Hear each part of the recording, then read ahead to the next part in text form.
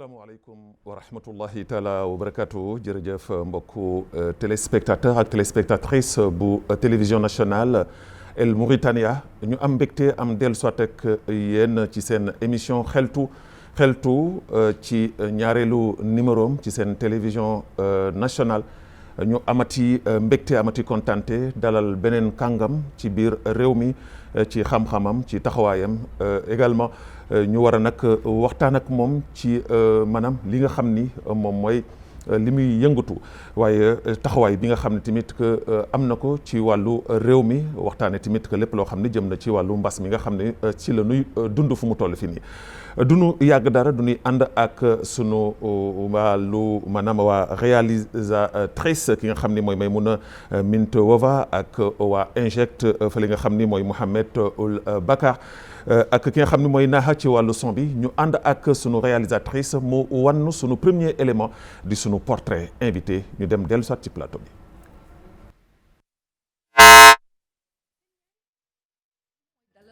Docteur Ahmed Salka Fall docteur Ahmed Salka Fall mi ngi juddoo ca Garak ci ñaari fan ci weeru décembre ci atum junni ak juróom-ñeenti téeméer ak juróom-benn fukk ak juróom-benn jàng alxuraan ba wàcc ci peggu way juróom bu góor ci bi mu wàccee ci lañu ko dugal ci li nga xamante ni moom mooy njàngum nasaraan bi ci atum junni ak juróom-ñeenti téeméer ak juróom-ñaar fukk ak juróom. bi mu waree jàll ci njàngum diggu doom bi ci la dem ca Rosso dal dafa def collège am def fa lycée ba dal dafa am baccalauréat ginnaaw bi mu amee baccalauréat ci atum junni ak juróom-ñeenti téeméer ak juróom-ñett fukk ak juróom-benn ci la dem ca Ndakaaru ngir àggale fa njàngam ci daara yu kawe ya fa la nekk ba daal di jël maîtrise am ci li nga xamante ni moom mooy wàllu pharmacie. ci bi mu paree moom docteur Ahmed Salka Fall li mu njëkk xalaat ne mooy wareefam mooy mu ñibbi fii ci biir réewum di réewum Mauritanie ci fukki fan ak juróom-benn ci weeru juillet ci atum junni ak juróom-ñeenti téeméer ak juróom-ñeent fukk ak ñett ci la ñëw fii ci Nouakchott daal dee tàmbali liggéey ci wàllu privé bi lépp nag ngir am lu mu jàpp waaye it ngir am lu mu suturloo ba kenn du ko xamal dara doon ko am jom lool yàggul dara ci la dugg ci li nga xamante ni moom mooy fonction publique bi yàlla de daal di ko ci ubbil nag ay bunti wërsëg yu bëri lool docteur Ahmed Salka Fall di ko am diine lool bëgg alxuraan lool ba def ko ab wéttal ay mbokkam am ci moom seede yu rafet lu ci mel ni ku bëgg njaboot la ku yërëm njaboot la ku bëgg doomu aadama yi la ku fonk nit la ku jox itte ñépp la docteur Ahmed Salka Fall doon na sakk ca Garak ga mu juddoo waaye it sakk ci wàllu gi nga xamante ni moom mooy wàllu mbóoj.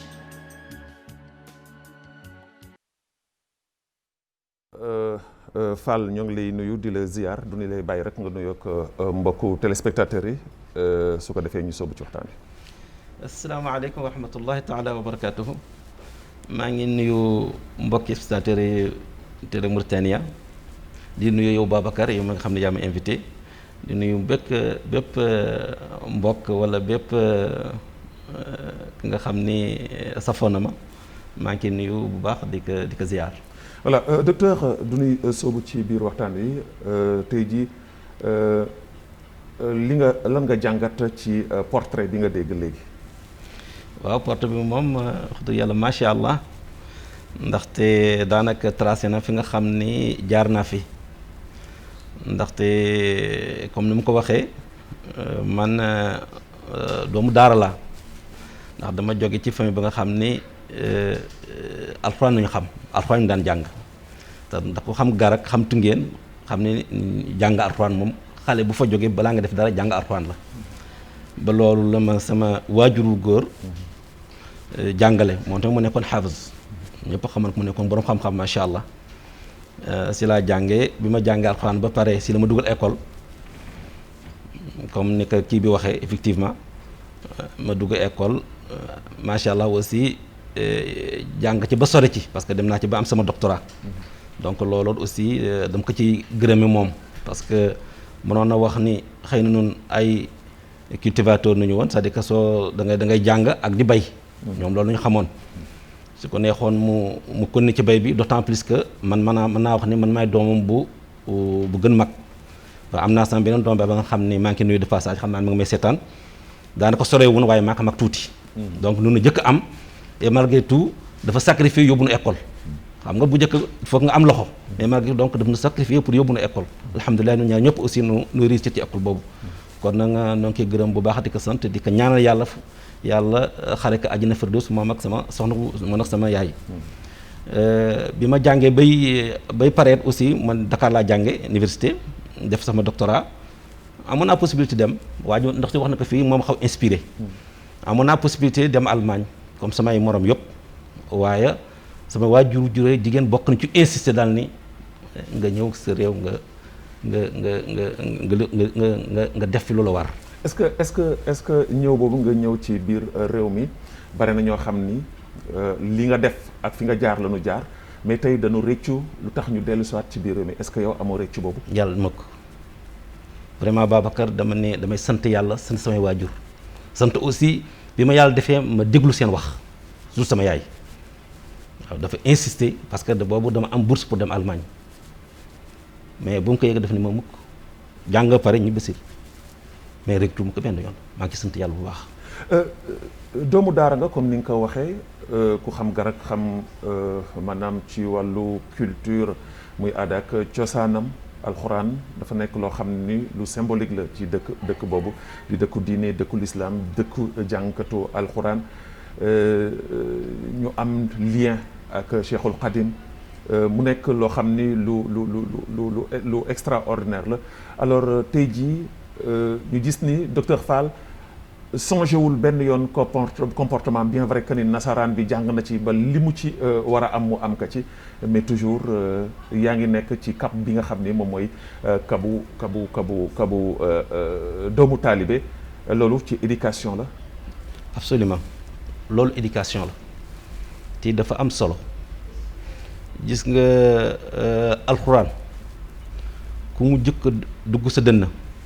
ñu am la noonu la façonné wax naa la ne la man sama papa ñu ko xam ni ñàkkul woon et pourtant bu mu nu jàngal alxuraan daf nu yóbbu Ndakaaru nu yalwaan mais yalwaan beet du yalwaanu ñàkk waaye yooyu yëpp ci tarbiya la am noonu mu lay façonné bi nga xam ni toj xol bi nga xam ne foo mënti dugg ci àddina loo mënti dugg li nga xam ni moom lañ la nàmpatal doo ko mës a bàyyi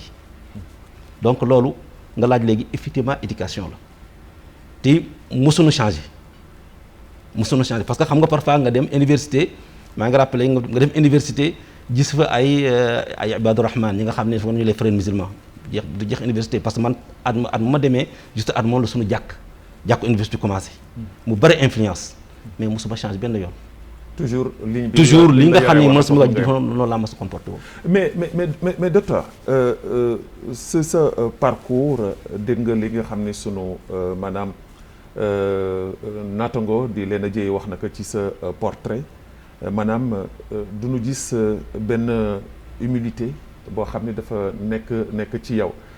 ñi ma jóge ñëpp waxanteek ñoom laaj leen dañuy wax ni docteur Fall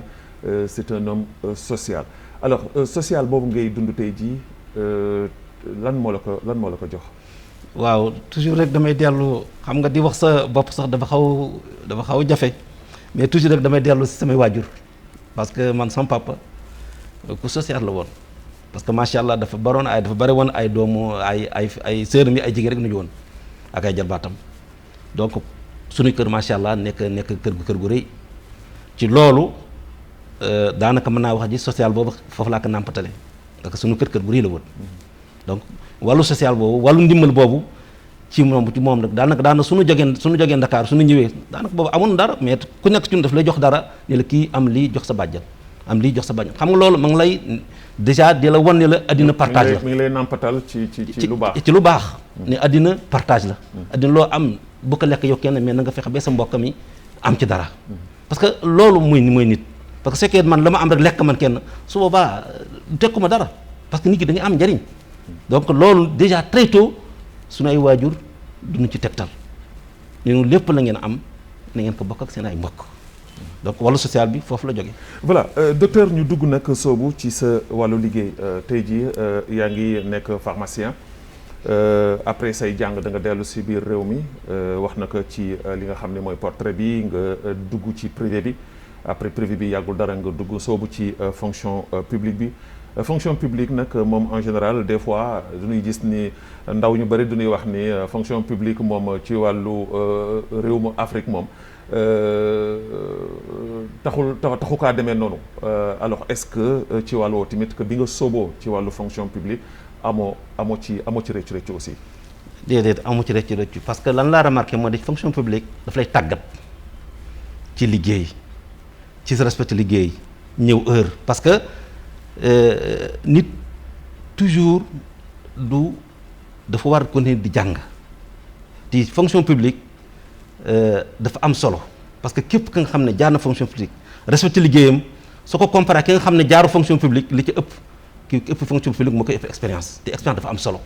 parce que man mën naa wax ni sama jaar fonction publique def naa fi ay ati peut-être 20 ans dimbal na ma bay bi nga xam ne ubbi naa sama truc privé loolu yombal na sama liggéey te loolu fonction publique moom ko jox. mais docteur Fall yëngatuwul ci wàllu politique. mas naa si jaar parce que bi nga xam ne juste jóge naa université nekk jeune xam nga rek jeune dafay fugg dafay kii duggoon naa ci ba temps wu PRDS ma duggoon naa ci tuuti ànd ak sama mag député Cheikh Mbacké mu ñëpp xam waaye après dama mujj rétracté wu parce que dama gis ni sama fonction mun a ànd ak wàllu politique xam nga politique moom soo nekkee politique camp bi nga nekk bi yeneen camp yi mën nañu lay xoole loo mën ma am nu ñu lay xoole wala ñi nga xam ne ñu la war jógee nu ñu la war sauver te man comme pharmacie laa def te ku wax pharmacie wax social ku wax pharmacie wax nitu nit yi loolu xaw na ma gàllankoor bokk ci li ma gàllankoor bay. mais est-ce que loolu aussi tamit kay tàncu la téyewu la fi nga waroon egg comme ça ay morom nga egg fa parce que du ñu xam ni Afrique moom soo politiquewul li nga war a am li nga bëgg am doo ko am même su fekkee ni am nga compétence. waaw loolu pour man yaakaaruma ko parce que man naka jekk dama jàpp ni daal ni réussir du rek politique réussir mooy li nga xam ni yaa ngi ciy yëngu nga def sa jom. def si lépp la nga xam ne war nga ko def li si des na nga bàyyi ak yàlla sa borom suñu borom si loolu si aussi yàlla dimbali na ma si parce que su fekkee siiw la alhamdulilah muy même 5e bi nga xam ne sama pharmacie fa la nekk kooku moom macha allah donc man naka jëkk politique sax du woon sama bëgg-bëgg en vrai dire parce que. du sa bëgg-bëgg mais est-ce que tàncu la ci li nga xam ne tey war nga ko am ndax jàng nga li la may tey jii nga am rang ministériel am rang maanaam directeur général est-ce que tey jii loolu tàncu la parce que comme ni mu la ko waxee ku politiqueul toujours loo am xam-xam loo am grade tamit que dafay des. bon man personnellement man toujours damay dellu si lu ma wax sànq Babacar tàncu ma parce que man dama jàpp ni lépp li nga xam ni njàng mi nga xam ne moom laa choisiroon muy pharmacie jàng bu wër bay ñëw njàng moomu teral na ma waaw ci nit teraanga rek lay wut parce que même c'est que da nga dugg si politique bi nekk directeur général nekk ministre toujours teraanga rek la ci teraanga la jooju yàlla mën na ko jox feneen bu nga xam ni xëy na sax ñu bari suñu ci sax dañu la xam xëy na peut-être xëy na pour ñu wax sa tur pour ñu xam ko du loolu man dama gis ni tàncu ma dañu vraiment di fii rëccu mu ci dara aussi voilà yaa ngi ci tey ji pharmacie di ci yëngatu ñu nekk ci maanaam période boo xam ni bu xaw a spécial la ci li nga xam ne mooy coronavirus bi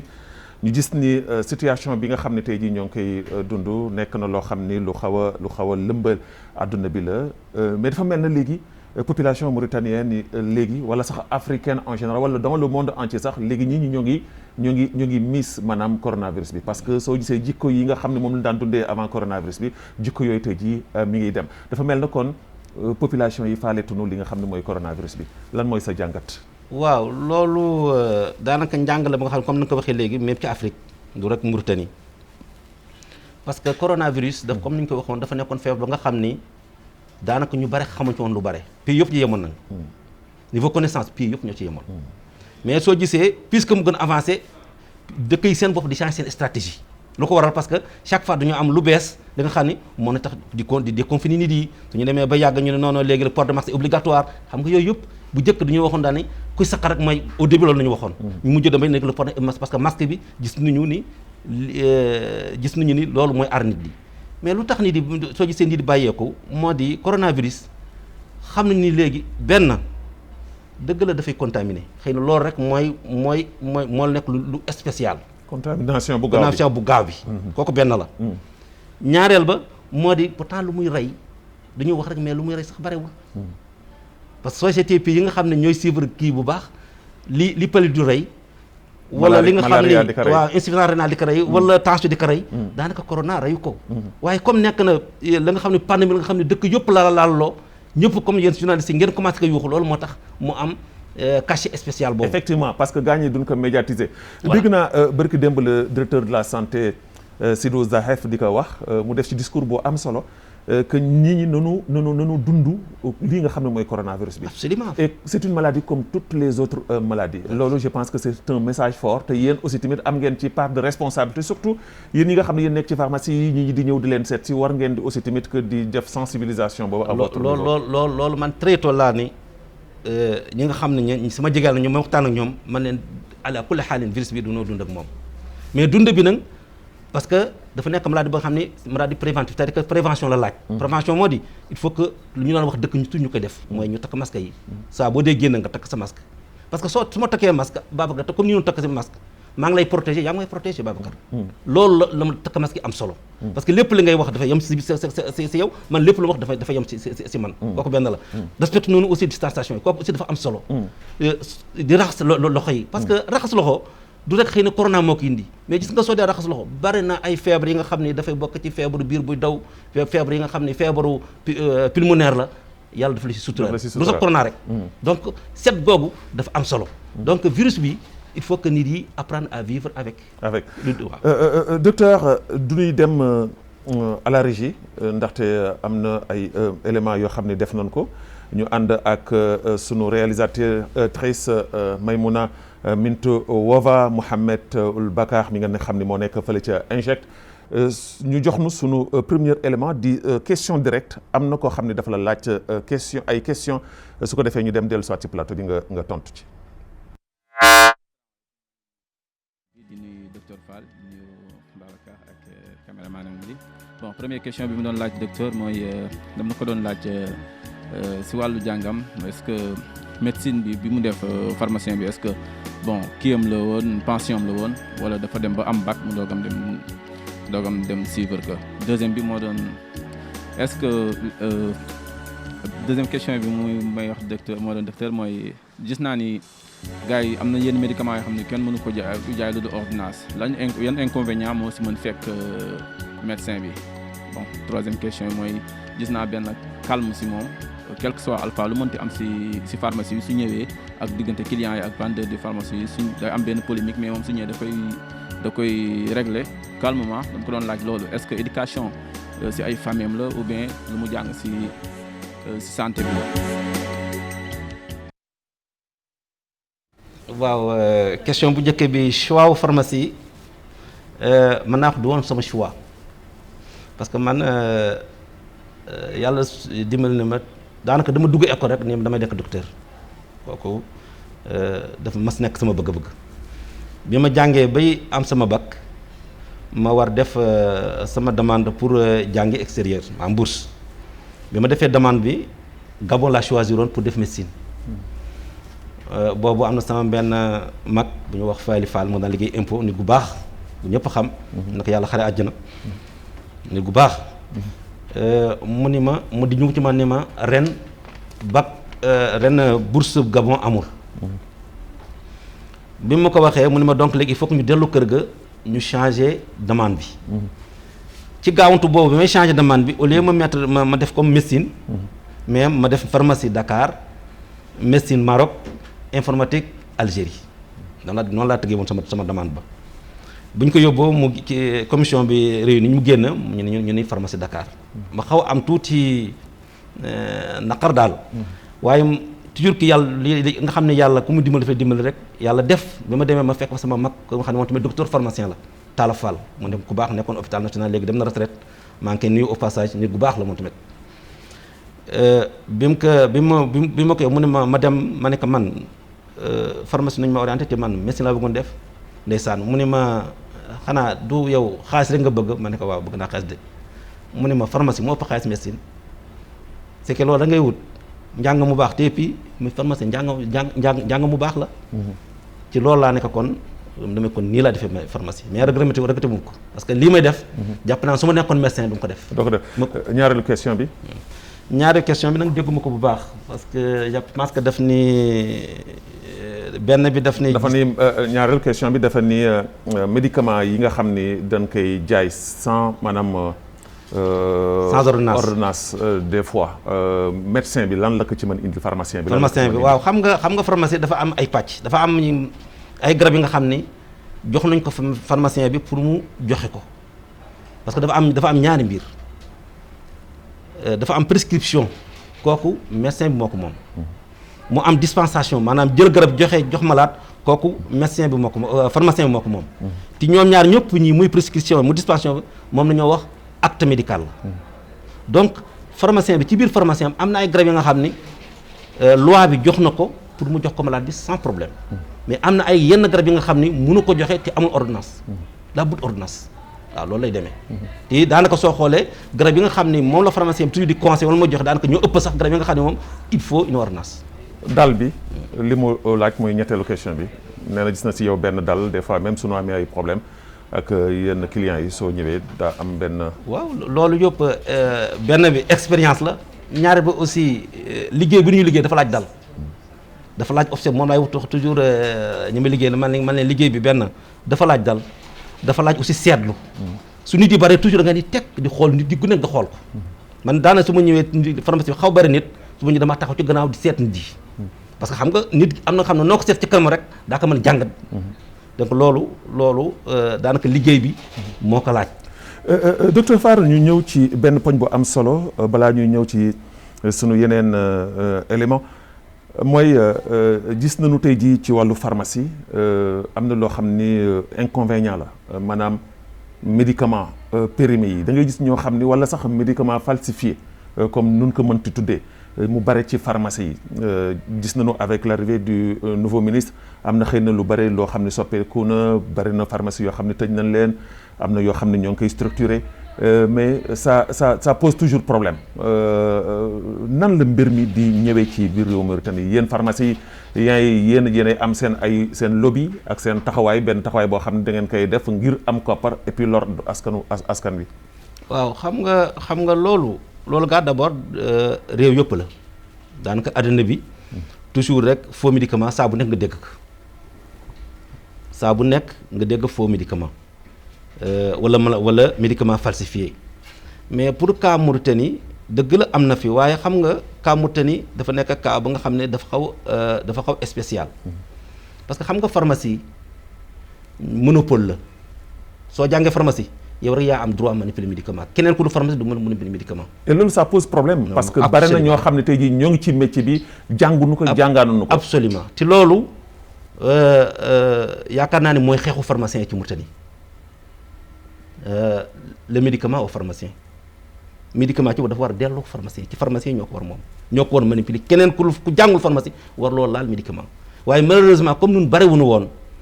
pharmacien yi nga xam ne ñoo fi jëkk a ñëw bariwuñu woon. amoon nañu benn ministre ba nga xam ne léegi saan faatu na yal na ko yàlla yërëm moo waxoon léegi comme léegi barewuñu état bi dañ ne léegi pharmacien léegi nañu associé ak homme d'affaires yi pour ñu ubbi pharmacie nga xam ne pour nga ubbi pharmacie il faut nga associé ak homme d'affaires xëy na pharmacien bi su ñëwee début bi du am xaalis pour ubbi te normalement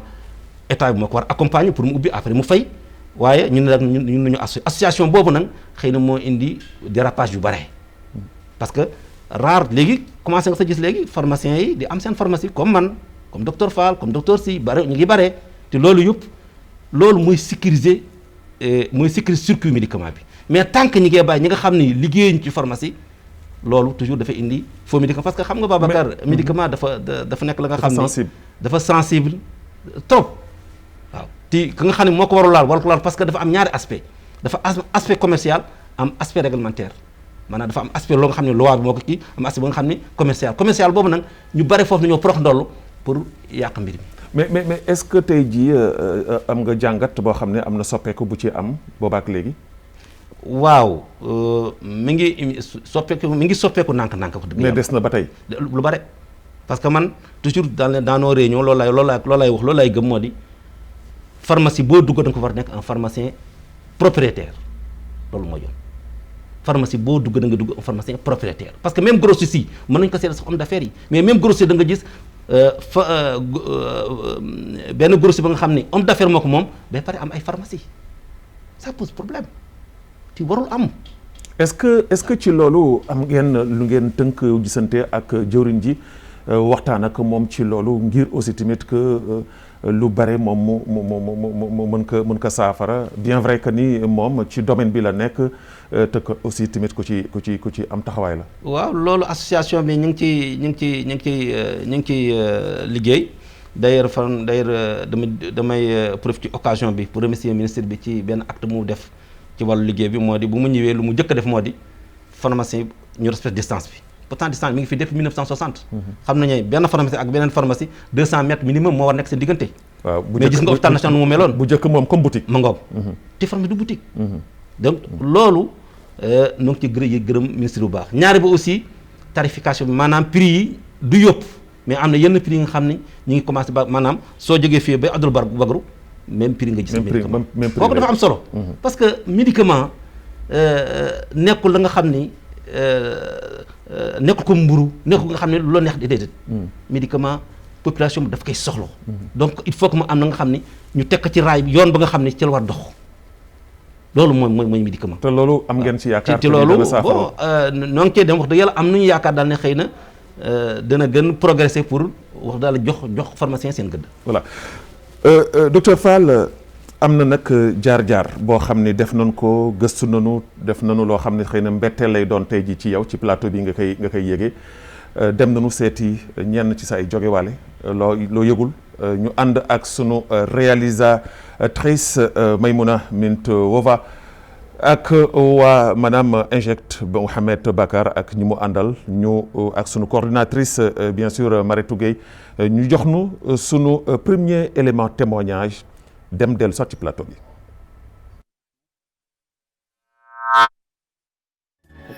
yéen ngeen koy tuddee docteur Ahmed waaye man Serigne rek laa koy wax ndax itam dafa wuyu ci wàll googu bu baax a baax loolu la doon avant muy nekk docteur sama lépp la sama doom la sama rakk la encore direct. xam nga mbokk gànnaar waaye li nga ma laaj même su ma ko mënoon wax awalan temps bi xeju ci waaye même su xejoon ci temps bi du ma ko wax yëpp ndax damay daw cet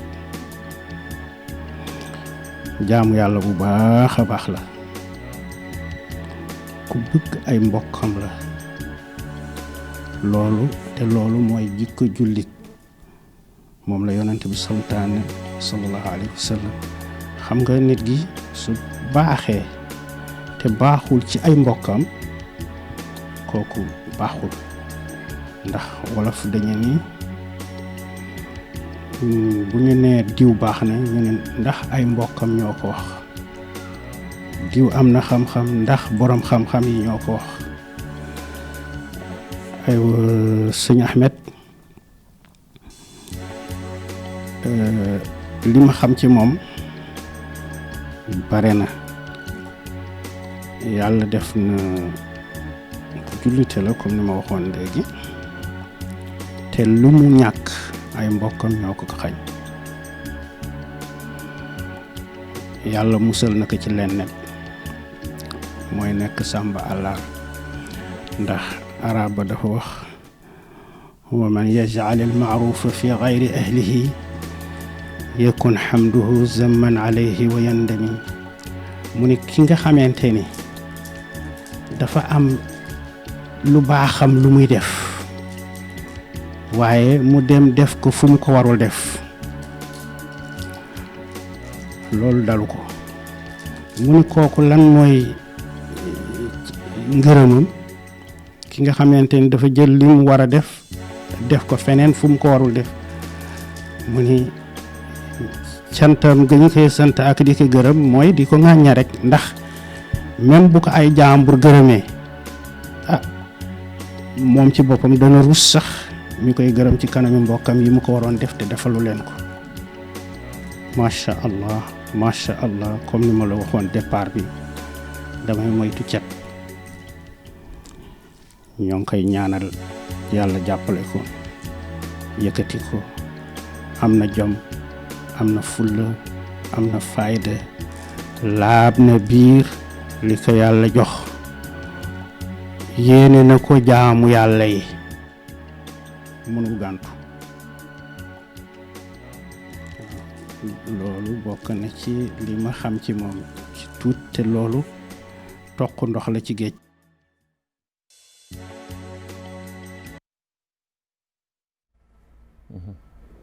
Babacar kii bett na ma lool parce que gëmu woon ni tudd daa ngeen dem fii parce que kii sama lépp la suñu ñaan ndey ñoo bokk ndey ak baay yaayam yar sama yaay xam ko sama yëpp la waaw day xam ni yu mu wax yi dafa nekk lu profond daal ci man mu nekk sama mag nekk sama kilifa sama lépp la waaw te li mu wax lii wax dëgg yàlla daf ma laal daal. daf la laal voilà xeltu nag particularité bi lii la mooy émotion bi voilà mooy émotion bi mooy xëy na jooy bi loo xam ni peut-être que am na ñu bëri ñoo xam ne loolu moo leen ci frappé parce que nit ki il faut que ay mbokkam xam ko du ñu tardé parce que xam naa ni dinaa la bett mais dinaa la jégalu après ñu demaat si sunu deuxième élément ci beneen témoignage ànd ak waa maanaam régie ak waa sama réalisatrice ñu dem dellu soit ci plateau bi. sama papa su ma bëggoon waxtaan si moom day doon jafe ndax àdduna dafa am ñaari catégorie de personnes dafa am ñi nga xamante ni dañu bari qualité ba tax na boo leen xoolee sax doo gis ñoom lu dul qualité malgré le défaut am nit ñi nga xam ne si àdduna bi dañu bari défaut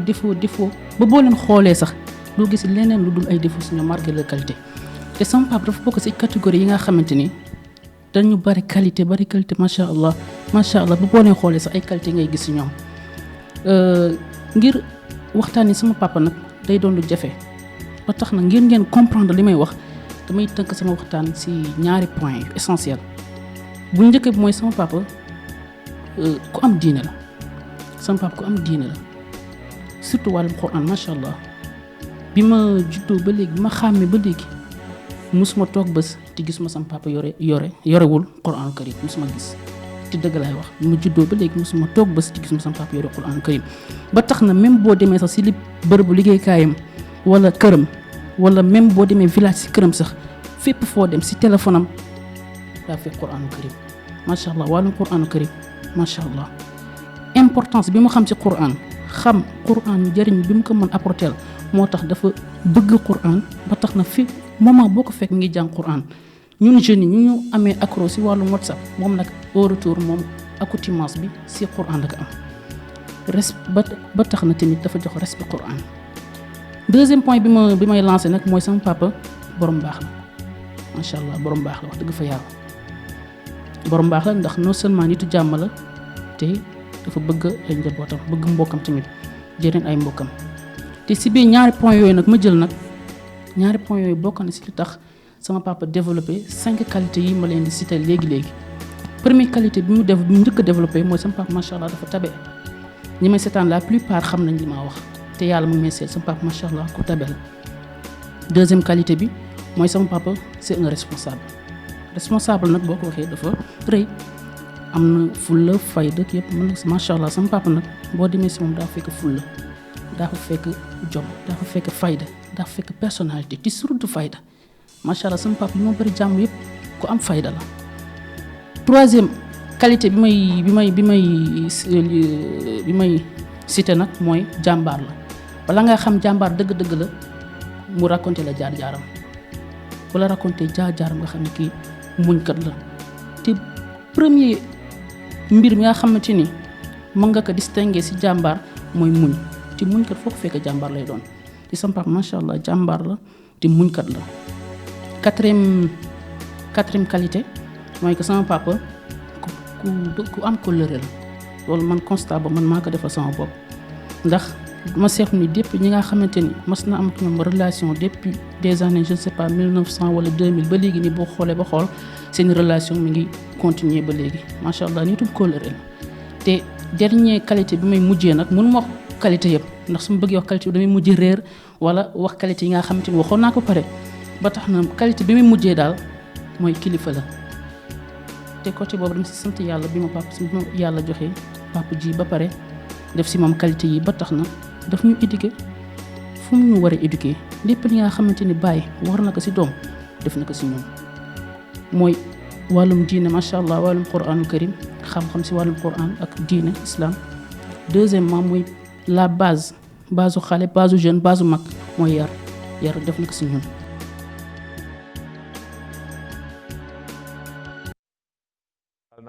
laal naa la bu baax a baax. waaw kii moom laay tudd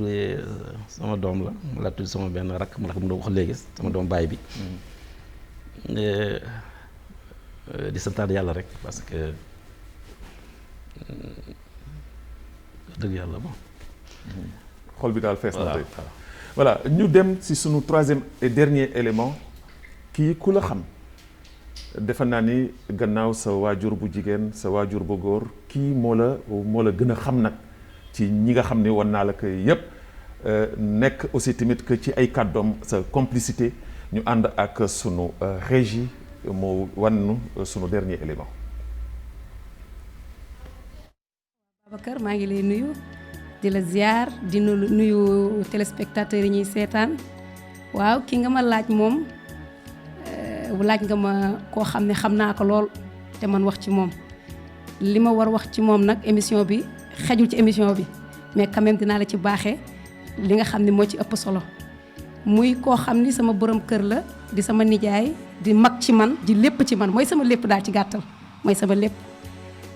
ma xam ci moom nag muy nit ku am diine nit ku bëgg alxuraan macha allah alxuraan moom bëgg na ko lool foo ko fekk rek mi ngi ak kaamilu alxuraanam ba ci liggéeyukaayam bay buy voyager balaa muy tal yéreem fu muy tef alxuraan bi loolu lay njëkk toppatoo ba pare mu nekk tamit nit ku am sutura nekk nit ku baax nekk tam nit ku tabe nit ku yaatu ku bëgg ñëpp faal bañul kenn ñëpp la bëgg mu nekk nit koo xam ne benn doom bu góor la ci yaayam ay jigéen rek la am ay jigéenam yooyu ñoo ko gënal ay bëtam yi muy xoolee mu nekk nit ku bëgg njaboot macha allah lépp lu njabootam bëgg suba ba ngoon faal dana ci taxaw parfois sax man maay bañ nekk xale dañ ko yemal ci place xale du mu bëgg rek nga defal ko mu nekk nit koo xam ne ku yaatu la nit koo xam ne ku am cofeel ci doomu aadama la nekk nit ku nga xamante ni lu passé fàtte nag surtout lu bon boo koy fàttali parfois daf naa ne loolu est-ce que amoon na fi parfois dama naan ko yi ngay def yàgg tey mu ne wallaahi fàtte naa ko mu nekk nit koo xam ne bëggul ko fàttali lu bon wala lu ñaaw moom bu doon sagoom moom côté positif rek lay xoole ci nit du xool mukk côté négatif su ma demee ba parfois ma mer ci dara mun ma déedéet soxna si bul mer yow doo nitu ay doo nitu problème bu ko jàppee noonu jàppee ko côté positif rek mais bu ko jàppee côté négatif ba tax na faal tey bu fekkoon da nga taxaw ne kuy wax ci faal ay mbokkam du ñu wax jàmbur yi ñoo ñëw taxaw ndax lépp li muy def ci mbokk rek man koy def ci jàmbur te lépp li muy def nag loxo nday jooram bëggul càmmooyam yëkk lépp lu muy def ci sutura la koy defee macha allah faal ku am kersa la koo xam ne dafa ragal xalaagu nit ba nga xam ne pour moom su waxee ak yow rek yow am nga lu la metti pour moom li mu la wax blessé na la naqadi na la ba tax lu mu war waxee ak nit sax du ko waxee ak nit ndax kersa gi nekk ci moom mu nekk nit ku am kersa nekk vraiment nit ku yaatu ku bëgg njaboot macha allah waxoon naa ko dégg nga nit ku baax daal sama diggante ak moom nag man duma ci wax ndax su ma ci waxee rek cat daf ciy dugg ndax nañ seen bopp seen bët. Babacar man Fall lu mu bëgg rek bëgg naa ko complicité bu wóor moo nekk sama diggante ak Fall Fall bëgg na ma Fall wóolu na ma Fall fonk na ma jox na ma cër am na fu ma teg Fall bu romboon fii nga ne kii xaju arama sax dana ko yëkkati sanga ko mu set teg ko fu jekk waxatuma la ak samay xarit ak samay àndandoo rawatina samay mbokk li muy def ci ñoom lii may wax képp ku ko dégg daa xam ni sosuma ko rawatina sama ay mbokk man ak moom dafa am complicité boo xam ne dafa dem ba yërmandi dugg Fall dafa ma yërëm Fall bëggul lu ma naqati Fall bu waxee ak man tuuti rek day yaakaar ne li ma wax xaw na ñagas ci man daf ciy toppaat di ko rectifier waat fekk tindu dara man jëlewu ma ko nen na Fall lépp lu mu bëgg rek Babacar wallahi su ma ko waxee dañuy wax naan li muy wax du dugg ci moom mais man bëgg naa ko Fall bu jógoon tey bëgg takk man maa ko ciy jàppale ndax man tey yaay laa man nekkatuma soxna Babacar man maa yaay ci kër gi Fall Babacar défaut xam Fall Babacar jikko Yonent bi sallallahu alayhi wasallam la yor xam nga luy défaut te ma gis ko ci moom mooy kersa gi mu am ci nit ba du wax nit dëgg gu mu ko war wax kersa googu mu am ba nga xamante ni nu mu war waxee ni dëgg du ko wax man défaut boobu dong laa gis ci Fall Babacar su ma gisoon beneen défaut ci moom dama koy wax mais nag yàlla def na gisuma défaut ci moom kooku moom Babacar ginaar Fall ginaar xam nga Babacar Fall boo ko fekkee fu muy lekk ginaar ba yëy yax yi ba mu mokk dama koy tooñ ba naan ko yow ni nga liggéeyee yax yi ñaaw na de ginaar moom plat préféré am la bëgg na tam pigeon bëgg na ko trop gannaawam yaasa yooyu daal ay plat préféré am la yoo xam ne boo ko toggalee moom waxtaan bi dina neex lépp dina neex daal jàmm rek ngay am man Fall li ma koy ñaanal damay ñaan yàlla sama borom bi mu bàyyentenu man ak moom ñu dunda téeméeri at te mu ànd ak wér ak mujj gu rafet Fall damay ñaan yàlla mu bàyyi ko ci sunu kanam mu samp ko mu mel ne jiin bu nekk ci digg kër ndax Fall dafa boot njabootam moo yaatu ma koy ñaanal nag gudd fan googu ak wér ak wérle ak mujj gu rafet yàlla barke lépp li moo def yàlla jubal njabootam gi nu bokk yàlla teg leen ci yoonu siraatal mustaqim def leen njaboot gu am diine njaboot gu jëriñ diine ji njaboot gu jëriñ société bi njaboot gu barkeel nu fekki seen njëriñ te rafet ko fekke doon njaboot goo xam ne Fall daf leen di tiitaroo ma leen di tiitaroo loolu laa am di ko ñaanal Fall gannaawam Babacar maa ngi lay nuyu di la sant di la ziar di kontaan trop nag ci li nga ma defal ndax sama allaaji bi lépp lu ko nit defal daal ci loo xam ne mbégte laa doon ci man dama lay remercier di ci kontaan jërëjëf merci beaucoup Babacar. Fall. waaw Babacar émission bi moom macha allah parce que indi ngi si ñaar yi nga xam ni ñu sonn ci man mooy ki jëkk gën a mooy Cheikh Ibrahim Fall. xam naa ne la bu mu defee témoignage yi amatu moon dara lu mu ci teg parce que dafa nekk sama lépp daanaka bokk na ci ka ma jëkk jox livre may livre bi nga xam ne maa ngi commencé jàng yàlla joxoon ko teraanga mu defal ma lu nekk daanaka man ba mu nekk jeune ñëw moon sama benn jeune sama benn morom parce que lépp lu jeune daan am rek soit sama waajur jox na ma ko wala moom mi nekk sama mag defal na ma ko ki mu jëkki nag mooy sama soxna moom mooy sama lépp parce que yàlla dafa def comme ni mu ko waxee sama jarbaat la yàlla def ma dénkoon ko mu nekk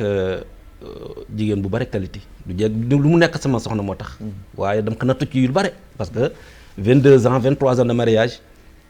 mi ngi bari mi ngi yàgg te mën a ko fu nekk waaw donc mën a wax ci moom nii mu mën a wax ci man noonu laa mën a wax ci moom mu nekk jigéen ju baax jigéen ju foo ko yemale foofa la yem jigéen ju mu fonk aussi ba tax na man émission bi daf ma tuuti Babacar waaw daf ma tuuti trop wax dina maanaam sa mbëggum ganaar waaw docteur yow mii nekk ci pharmacie di lekk ganaar ba yéey yaxi doy na waar kooku xam naa damay tooj rek waaye bëgg naa ganaar parce que société alimentation yi toujours yàpp ganaar moo gën woyof wala yàpp pigeon moo gën woyof donc loolu rek la waaye mais am na lu ma ko laaj loo xam ni wax na ci ak dëggu tooñ naa ko sax laaj que ni que waaw su sëñ bi demoon ba ni day takk ñaareel lan nga ci yëg mu ni moom su boobaa soo ko bëggoon dafay bëgg li nga bëgg li moom moo koy def est-ce que parce que complicité nag loolu mooy maanaam origine u xeltu émission bi contexte boobu lay demee est-ce que tey jii docteur Fall est polygame docteur Fall est toujours polygame du ma ni man du ma polygamie waaye maa ngi sant yàlla bi mu dénkee soxna ba nga xam ni nekk na lépp ci man nekk na premier nekk na deuxième nekk na quatrième. kon ça veut dire tëj na. déedéet àddina doo doxe noonu du mu ni tëju ma parce que li yàlla da indi moo xam waaye ki nga xam ne yàlla dénk na ma ko maa ngi ci sant yàlla bu baax parce que lu bari gis naa ko ci moom ba nga xam ni namuma ñaareel namuma ñetteel. tey du ma ne nag du ma ko def. voilà très bien docteur Fall émission bi mi ngi jeex mais dama bëggoon balaa ñuy tëj émission bi nga wax ma tey en tant que sa jaar-jaar tellement riche bi nga xam ne tey jii ku la seetaan dina am beneen facette bu muy gis tey jii ci docteur Fall lan ngay tey jii lancer un message fort à la jeunesse mauritanienne plus particulièrement à la jeunesse de Garak. waaw li may lancer surtout jeunesse Garak moo di ñu góorgóorlu ndaxte àddina yemul ci benn fan te li ma gis léegi surtout ci jeunes yi jeunesse d'une manière générale jeunesse su Garak bi aussi de manière particulière moo di gaawantu parce que xam nga Babacar àddina du benn fan du ñaari fan doo jàng rek pare léegi liggéey léegi am léegi loolu amul fenn nit da ngay nangu am jaar-jaar nangu sabablu sabablu bi moo di su fekkee da nga liggéey nga respecté sa liggéey su fekkee da ngay jàng na nga war a jàng nga jàng ka su fekkee da ngay lépp loo nekk daal nga def ci fulla ak fayda li des nag yàlla mooy ñëw ndaxte xam nga Babacar lu jeunesse li war xam ni yàlla mii moo fi nekkal ñëpp ku mën yàlla mën loo ku am yàlla la am loo waaye nag du ñëw rek fekk ku yaafus ku tëdd deful dara mu def ko yàlla doxe noonu kon noonu dama lancé jeunesse Garak parce que man foofu laa bokk Garak laa am moo du ñu góorgóorlu jàng ñi nga xam ne ñu ngi jàng nañu góorgóorlu ñu jàng parce que njàng bu wër bu jaar yoon doo ko def moo ko am réccu mënul nekk parce que même si que gouvernement jëlul la même si daa liggéey daa tedd te nit tedd rek lay ñaan yàlla tedd donc tedd di ko mën nekk fu nekk. Dernière question ban ambition tey jii le docteur Fall am tey jii loo xam ni yéeneem la. waaw ci réew mi Mauritanie. sama ambition moom moo di d'abord sama pharmacie